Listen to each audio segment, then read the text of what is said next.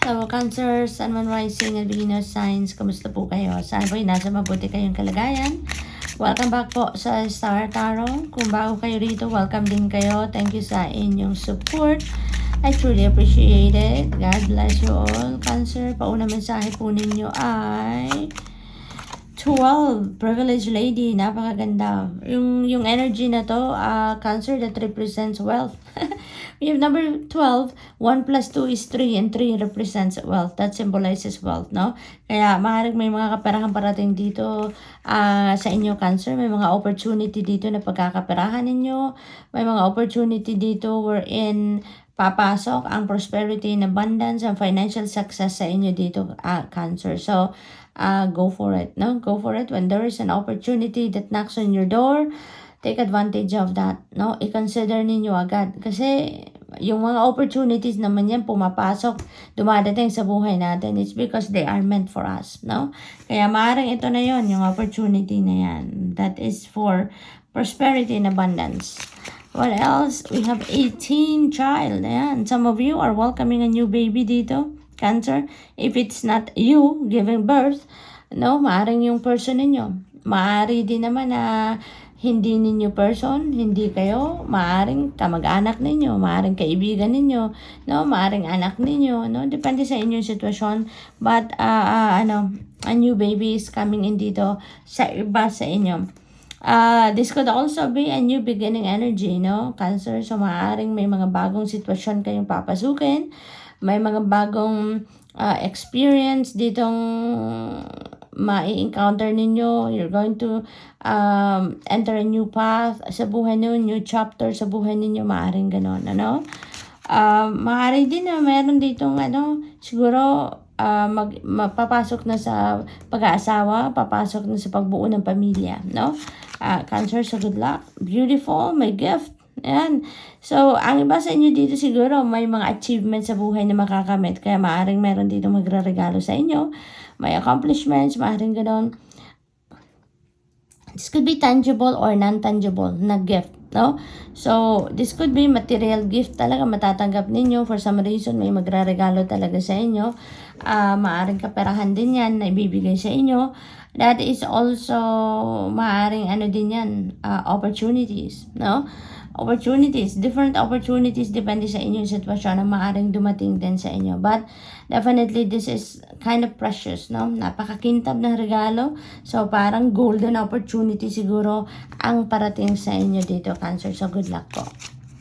What else? We have number 21, family room. Ayan. So feels like may pag-uusapan kayo ditong mahalaga, no, ng inyong pamilya. Maaring meron kayong i-discuss that could be related to getting married of someone dito sa buhay ninyo, sa pamilya ninyo, no? Maaring anak ninyo yan, no, na siguro magpapaalam na mag-aasawa, maaring ganon. Pwede rin may mamamanhi ka na dito, maaring ganon. Or maybe there's going to be discussion regarding kaperahan, no?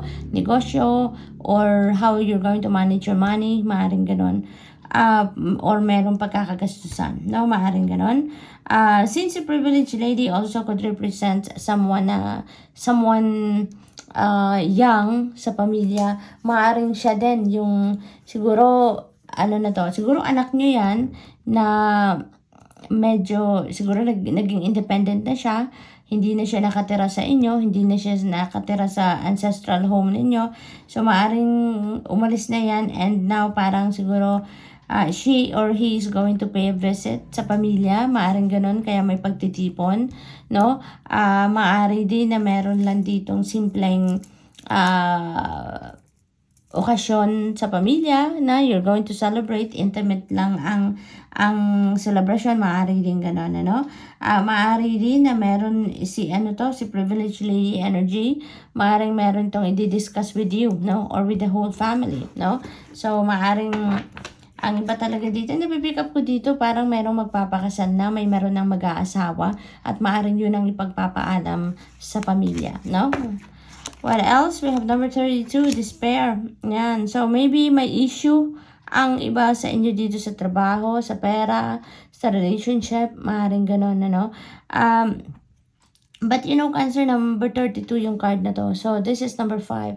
Number 3 plus 2 is 5. And 5 resonates with change, you know.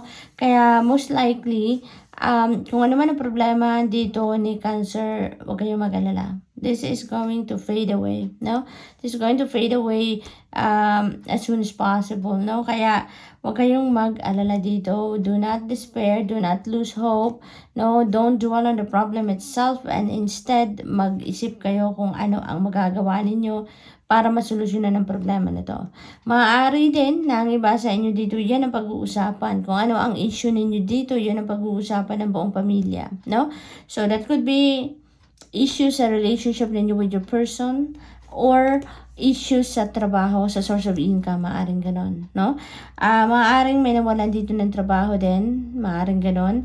Maari din na merong issue sa trabaho wherein siguro nabawasan ang oras ninyo sa trabaho, so therefore mababawasan talaga ang sweldo ninyo, no? Maaaring ganun ang usapin dito, pag-uusapan sa pamilya, kaya kailangan na mag-budget, kailangan na mag-stick to the budget, stick to the priorities, no? Stick to kung ano yung basic needs lang. So maaaring ganun ang mga concerns dito na pag-uusapan ninyo with the family, no?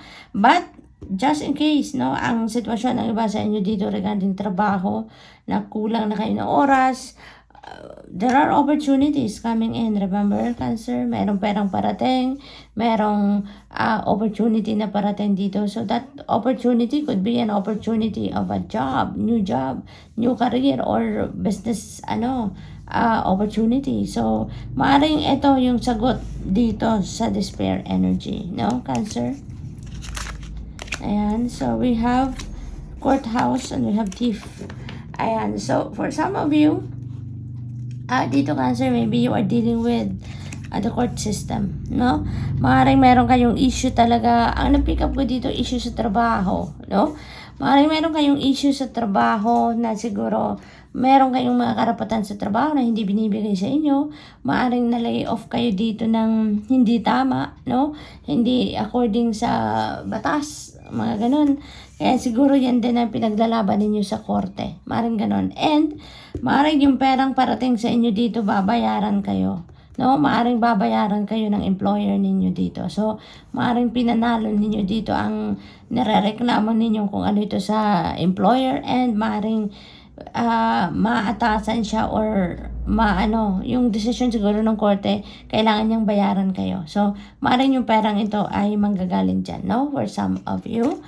Thief, mag-iingat kayo, Cancer, no? Mag-iingat kayo dito. Siguro yung rason dito kung bakit ninyo sinampahan ng kaso siguro or nireklamo sa korte yung employer ninyo or kung sa trabaho ito, maaring dahil hindi kayo pinapasahod na maayos, hindi sumusunod sa batas, yung employer ninyo, maaring ganun. Kaya siguro maraming paglabag, no, sa labor law, maaring ganun, kaya niloko kayo, no, maaring ganun.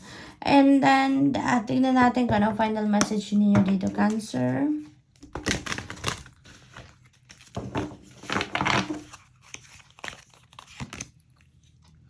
Reach out with compassion to someone who seems down. You may be the light that brings them out of darkness. And so, siguro may mga tao din dito sa paligid ninyo, no, na parang, alam mo yan, nawawalan din pag-asa, tulad nito, no?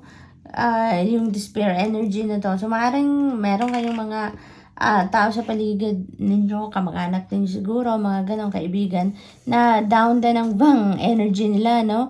Kaya parang sinasabi dito na show your compassion to them also, no? Dahil maaaring kailangan nila ng kausap, kailangan nila ng tulong, kailangan nila na may masasandalan sa ngayon, you know?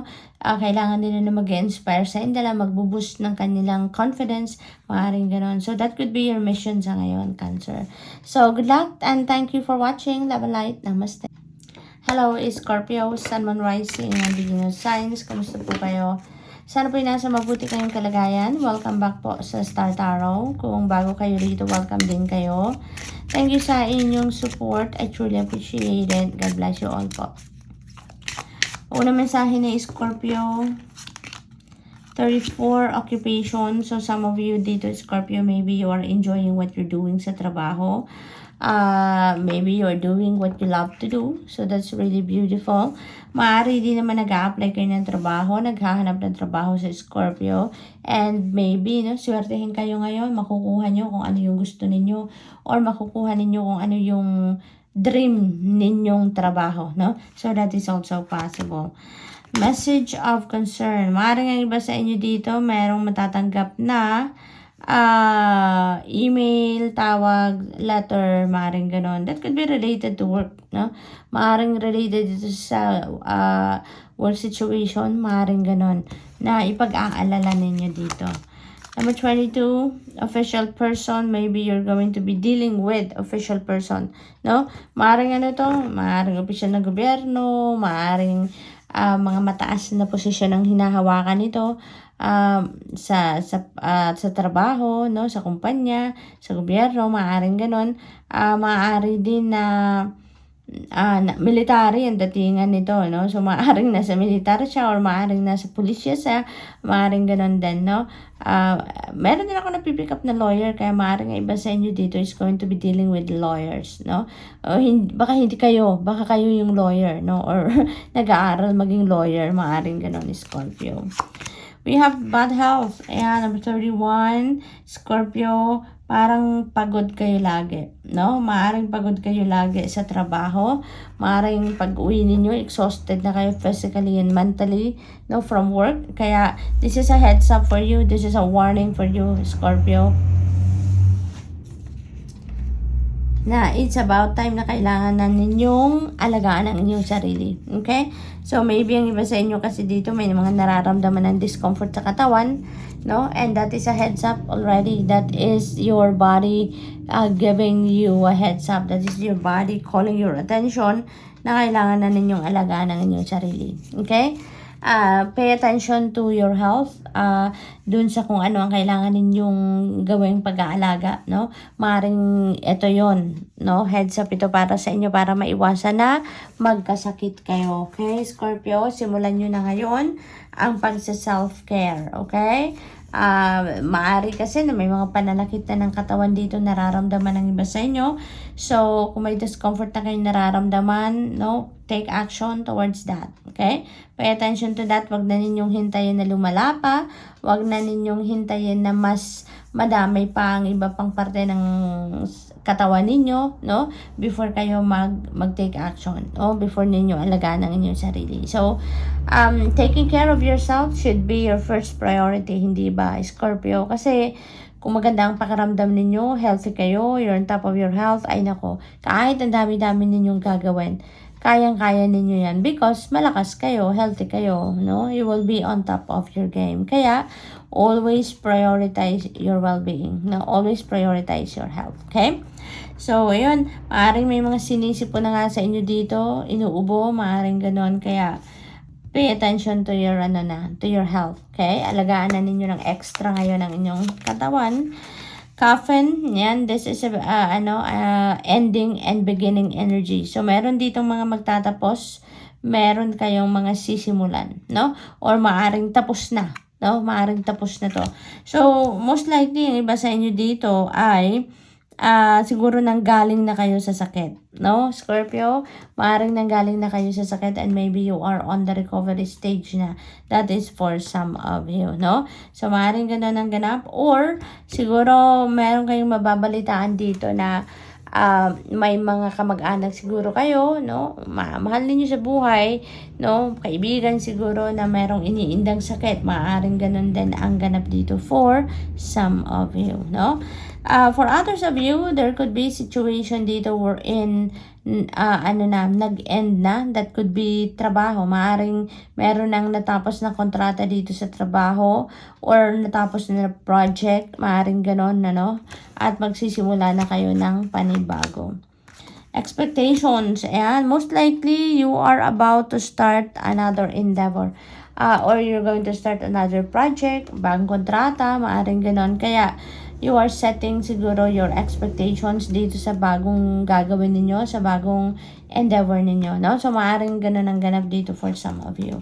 So, tignan natin kung ano ang final message for Scorpio.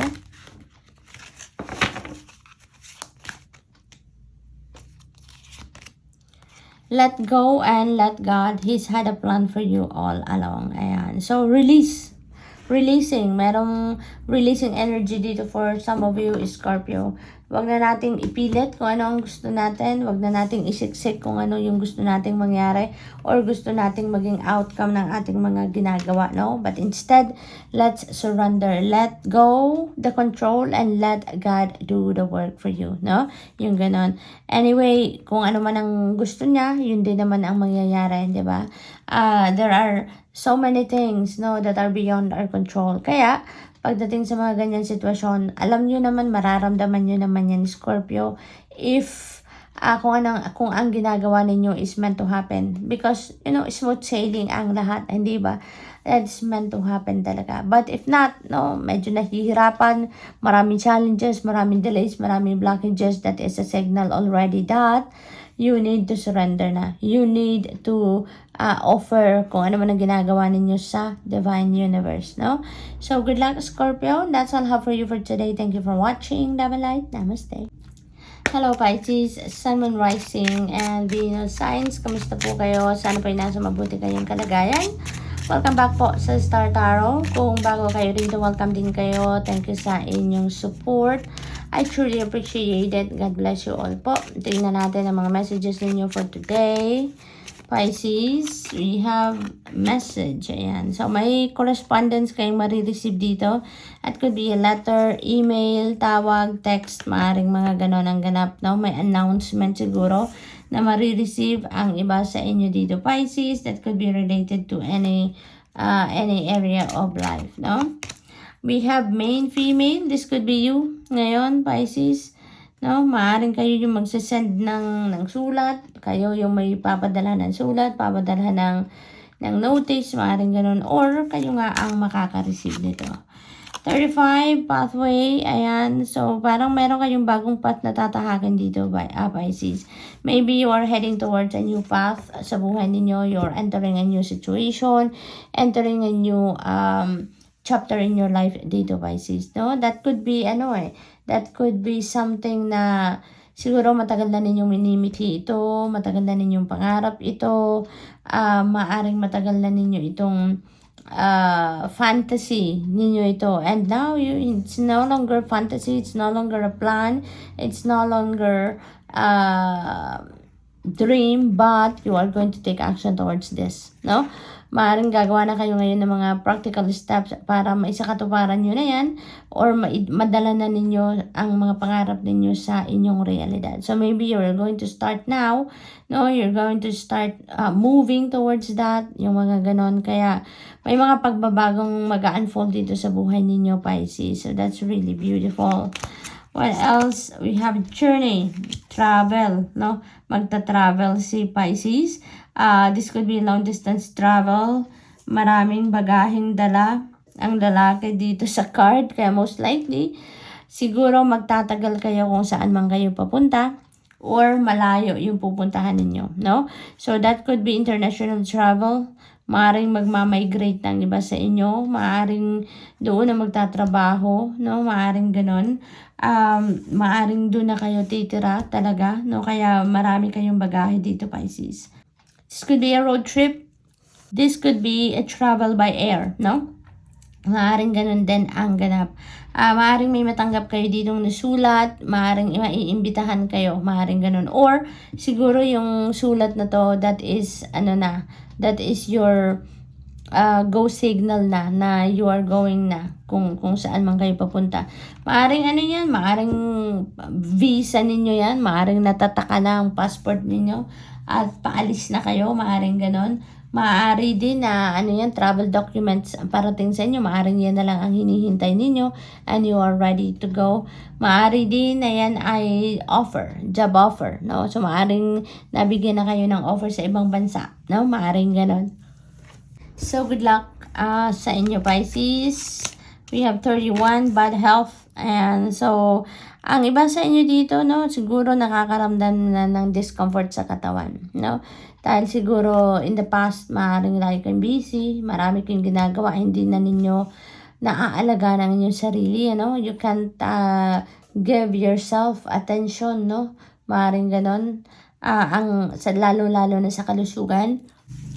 So, this is a calling for you, Pisces, no? Na i-prioritize ninyo ang inyong well-being, okay?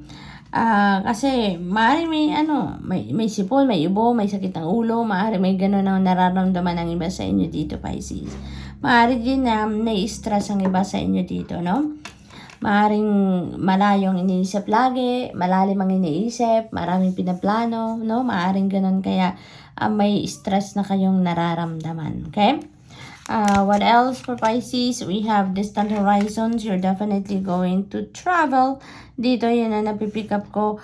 Mental travel and physical travel ang napipick up ko dito for some of you Pisces, no? So, either or. Yan ang pangyayari sa inyo. Or both. Maaaring ganun. Maaaring yung pagbiyahe ninyo na yan ang nagpapa-stress sa inyo. Yun ang siguro, you're planning what you're going to do there, kung saan kayo pupunta, or paano kayo pupunta. Maaaring ganon, no? Kailan kayo aalis, mga ganon siguro. Malayong iniisip ng iba sa inyo dito, no? Meron ako napipick up dito na talagang international travel ang ganap ng iba sa inyo dito, Pisces. Kaya mag-iingat po kayo, no? Kaya siguro maraming iniisip ninyo. Kasi, syempre, mag-isa lang siguro kayong magbabiyahe. Mag-isa lang kayo kung saan kayo papunta. Maaaring wala kayong kapamilya, walang kasama. Kaya siguro malayo ang iniisip ninyo. We have, you are loved by many. Okay? Yan ang lagi ninyong pakakatandaan. Make them your focus. In this way, you will find joy. Ayan. So, mas may inspire kayo dito dahil alam ninyo na maraming nagmamahal sa inyo. Maraming nagsusuporta sa inyo. No? Kaya mas makakadagdag yan ng ninyo. Magbo-boost yan ng inyong confidence. Magbo-boost yan ng inyong self-esteem. At, hindi lang yan. Mas magiging masaya kayo. Mas magiging inspired kayo. Knowing that there are so many people that are supporting you and loving you. No? Good luck. And that's all I have for you for today. Thank you for watching. Love and light. Namaste.